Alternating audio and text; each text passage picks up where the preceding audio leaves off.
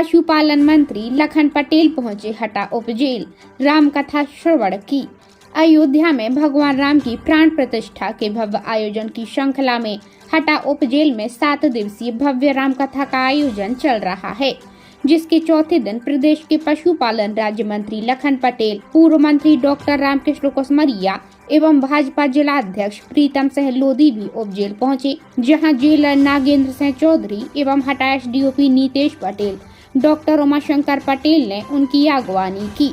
उन्हें जेल नियमों के अनुसार कथा स्थल प्रवेश दिया गया, जहां उन्होंने कथा श्रवण कर आरती भी की। इस दौरान उन्होंने जेल की विजिटर बुक में अपने कमेंट भी दर्ज किए। राज्य मंत्री लखन पटेल ने अपनी टिप्पणी में जेल के विचाराधीन और दंडित बंदियों के बीच रामकथा के आयोजन की सराहना की, तो पूर्व कृषि मंत्री डॉक्टर रामकृष्ण कुसमरिया ने आयोजन की सराहना करते हुए जेल में कैदियों की रुचि के अनुरूप प्रशिक्षण कार्यक्रम आयोजित करने की जरूरत का उल्लेख कर उन्हें योग, संस्कृति आदि के भी प्रशिक्षण देने की जरूरत बताई।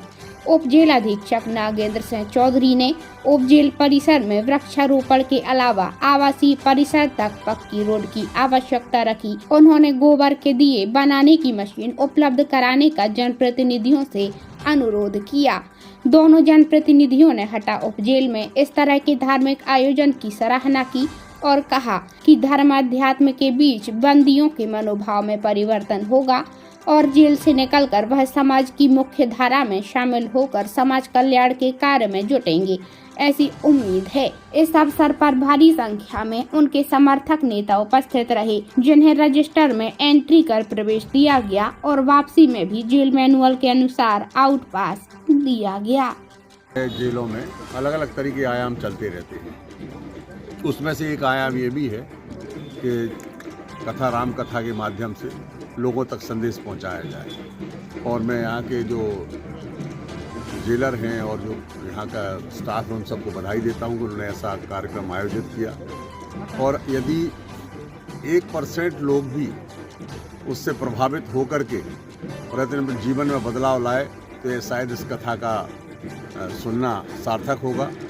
और इस प्रकार के आयोजन जेलों में होते रहें, ऐसा मैं भी चाहता हूँ।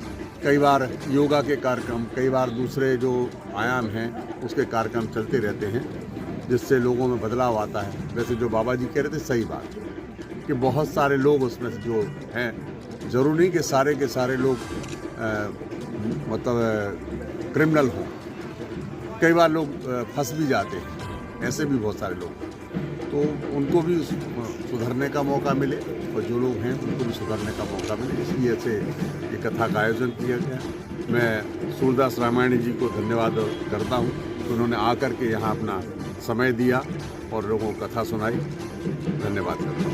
औरालय का कार्य कर रहा है, कथा का यहाँ आयोजन किया गया, जिससे जो यहाँ पर कैदी हैं उनके मन में एक अच्छा भाव जगे, वो भविष्य में वो पब्लिक में साधारण एक सामान्य नागरिक के तरह जी सके और कोई किसी प्रकार का गलत ऐसा उनका वो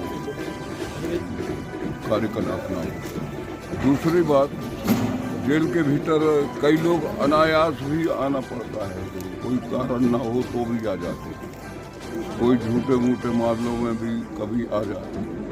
लेकिन जब यहाँ आते हैं तो कई चीज़ें सीखने मिलती हैं, तो ये सीखने के लिए भी बहुत अच्छी है। हम लोग भी 19 महीना जेल में रहे, जब इमरजेंसी लगी तो बहुत कुछ सीखा हमने।